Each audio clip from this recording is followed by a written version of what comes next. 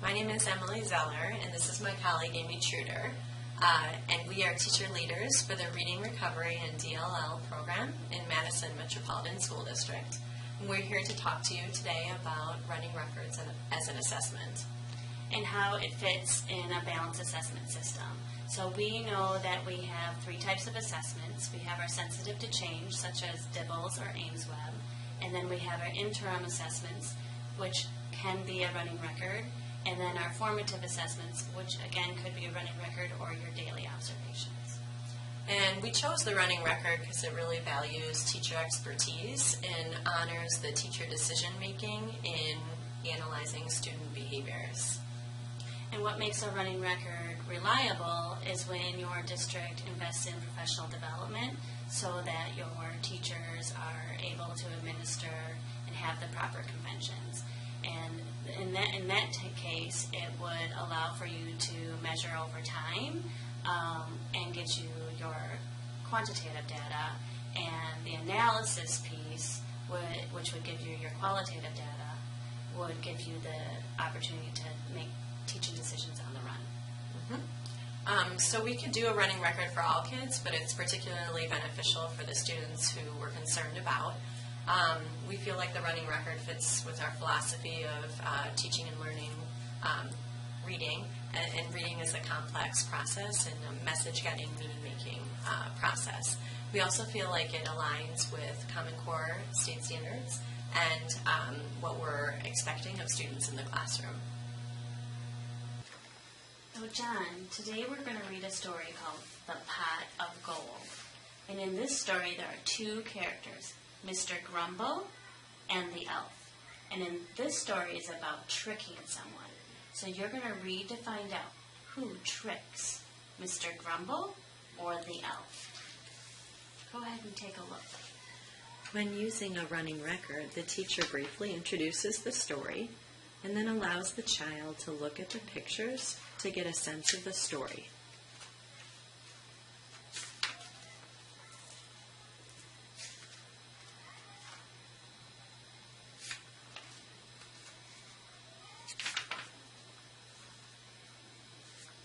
So John, this is the story called Pot of Gold.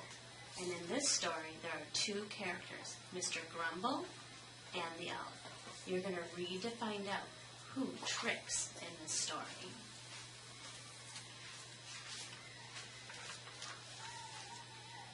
Once upon a time, there was a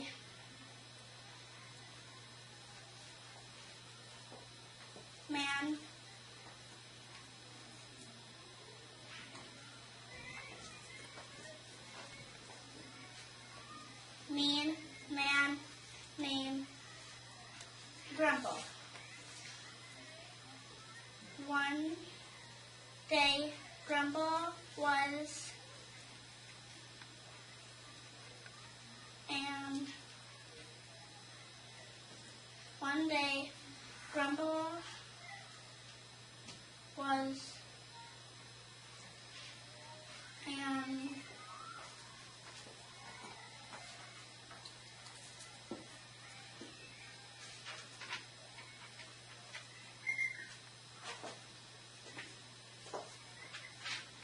elf in the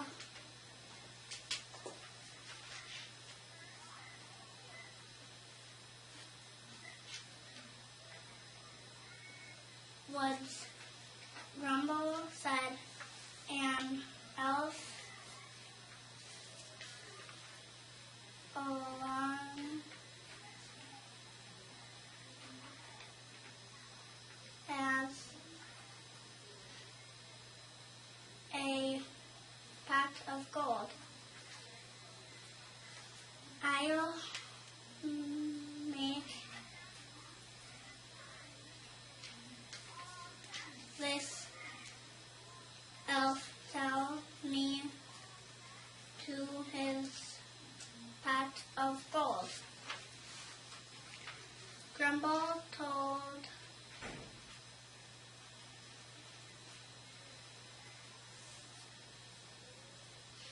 took hold of the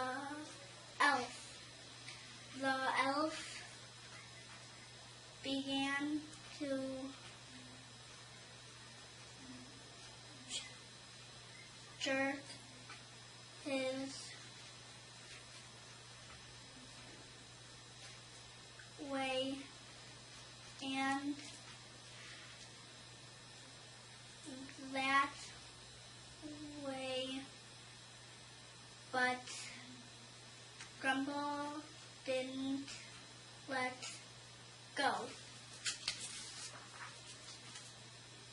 The elf said, "Let me go, let me go." Grumble said, "Tell me to your pot of gold. Gold. And I'll be rich."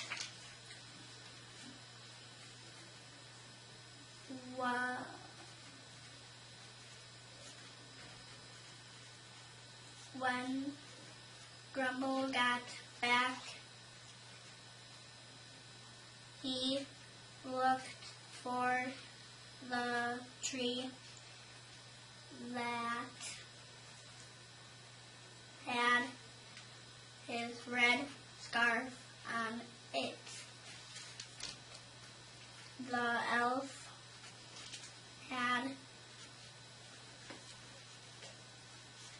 kept his promise. He had not took Grumble's scarf off the tree. He had put a red scarf on every tree. Grumble began to yell and scream and stomp his feet. But that didn't help at all. So he began to dig, and he maybe started to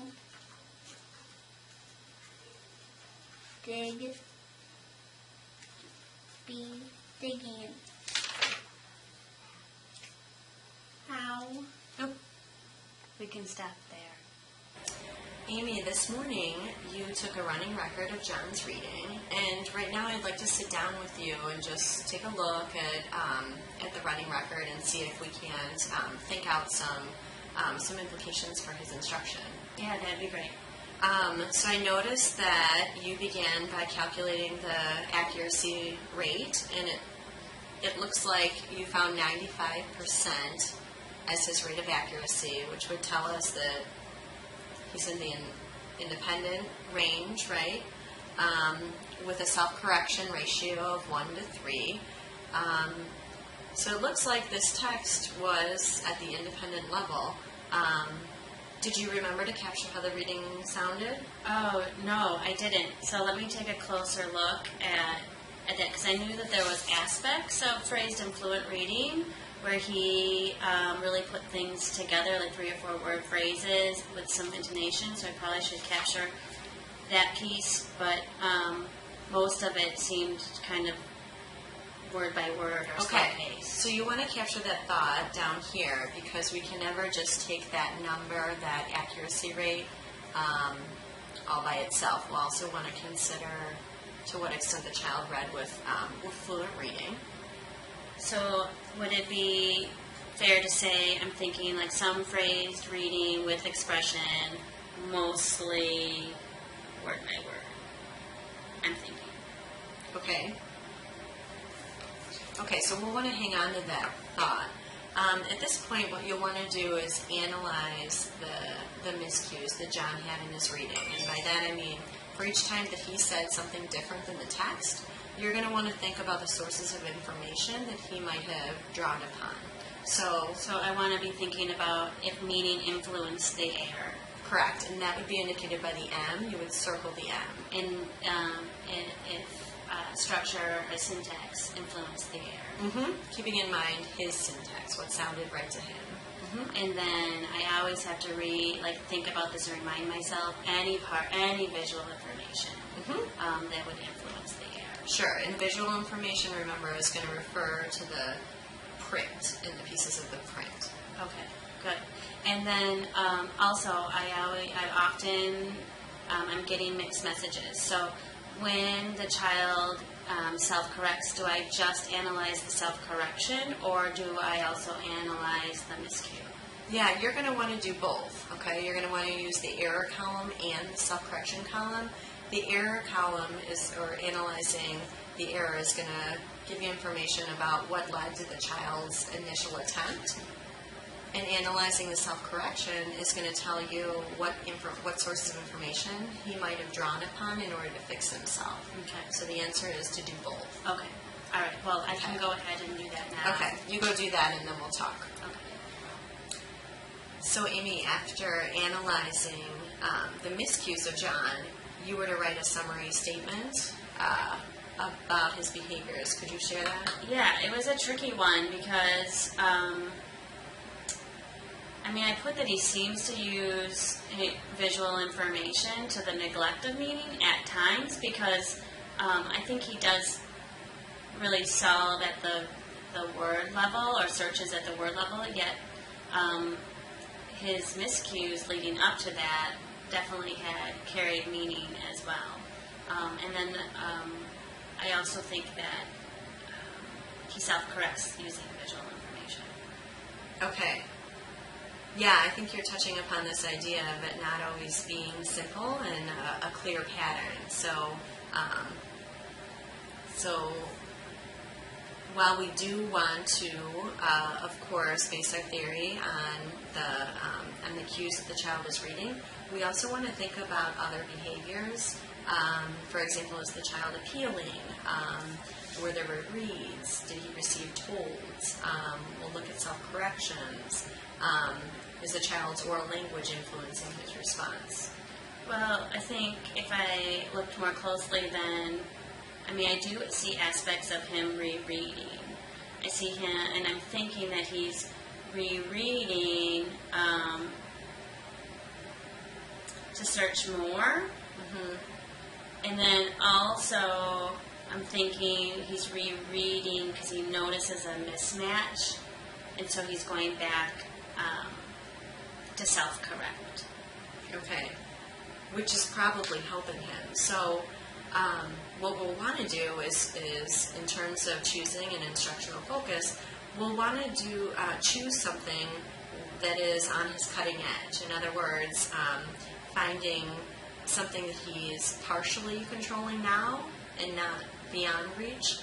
And so that might be an example of that. So maybe like this one here where right off the bat he said man for mean, and then he got here and he paused, and so he went back and reread and self-corrected it for mean and said then mean man. So that's telling me that he's really aware of making sure that it matches. And that he's not just going to leave that satisfied, which is a huge shift because he used to just kind of, let it go and keep reading. Okay. Was there anything more that you noticed? Well, I'm thinking, because what you're stretching me to think about is, like, I should move beyond just this MSV and really looking at behaviors. Okay. And so it's not capturing what he does on the run where he successfully problem solves. So I'm thinking about maybe on this page where he gets to branch and he says the first part. So again, he's kind of using that visual information that he knows. But there seemed to be some cross-checking. So he was thinking about where on that tree, and then he said branch, and then he confirmed it through visual information. And then to kind of like speak more to that, I think that idea of kept here. Like another example of where he was starting to integrate meaning and visual instead of just that visual. So he started with that first part, broke it, but then he reread it. So I'm thinking again, he did have some sort of that central message in mind. So it leads me to believe that he is integrating more meaning than I originally thought. Okay. And neat that was your initial focus for him. So the idea is we'll want to find an example of him successfully applying what you want him to apply all the time. You're going to want to honor that, the smart work of integration that you said you saw him do in this example, and And then you're going to want to ask him to apply that maybe in a new situation, perhaps on another page or his. And I think about it is that I want him to confirm through visual, right? Okay. So I'm wondering then if I go back to, like, if I keep going on that page 14. Okay. And so, where he just used visual information, he said stomp Okay. instead of stamp, which that's what he's doing, right? Mhm. But because I know that he is able to break, might I have him go back and break it and think about what's happening? Okay, so that would probably be you prompting him or asking him to take on that integration, confirming with visual information that you want him to. How about in small group, in John's guided reading group? Can you think of any, chances are there's other kids like him that also have similar behaviors. Any ideas for what might be next steps? Well, because he's not necessarily, I mean, while he's showing that he's independent at this level, I think if I closed my eyes, he's still very visual, like more of a recaller of words than necessarily constructing on the run. So maybe it would be important for me to think about the book orientation Okay. and how to get him to be more active in helping the rest of the group construct the big picture before they go ahead and read.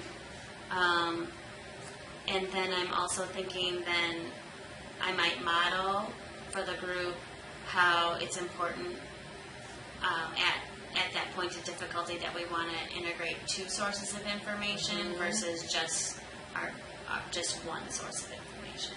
Okay. And I'm thinking about some of the themes that came up in this conversation, the themes of child as a reader, fluency, and then using an integration or integrating sources.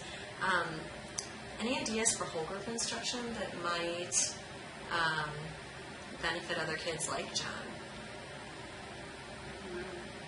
Well, maybe this phrased and fluent reading piece. So if he's thinking, or his current theory of reading is about like getting the words right, and then at point of difficulty, maybe I'm supposed to think about here and here. Might it be helpful if he was more phrased and expressive? So really modeling that in the shared reading, kind of taking that fluency aspect of it. And then I'm also thinking to getting him to this idea that reading is about meaning and about a message, author's message.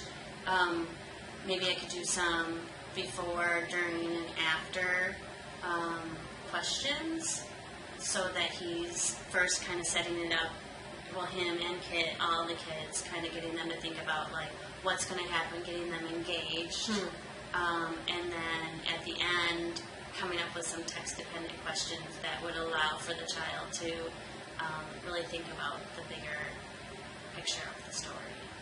Okay. So it's making me think there's a lot that can come out of just taking the time to listen closely to the behaviors of one child. Here we were able to think about next steps for John, but also some ideas for his small group and for whole group instruction. Yeah, a huge takeaway for me is thinking beyond the MSB and really looking for other behaviors. It's really going to require our brains. Well, thank you, Emily. You're welcome, Amy.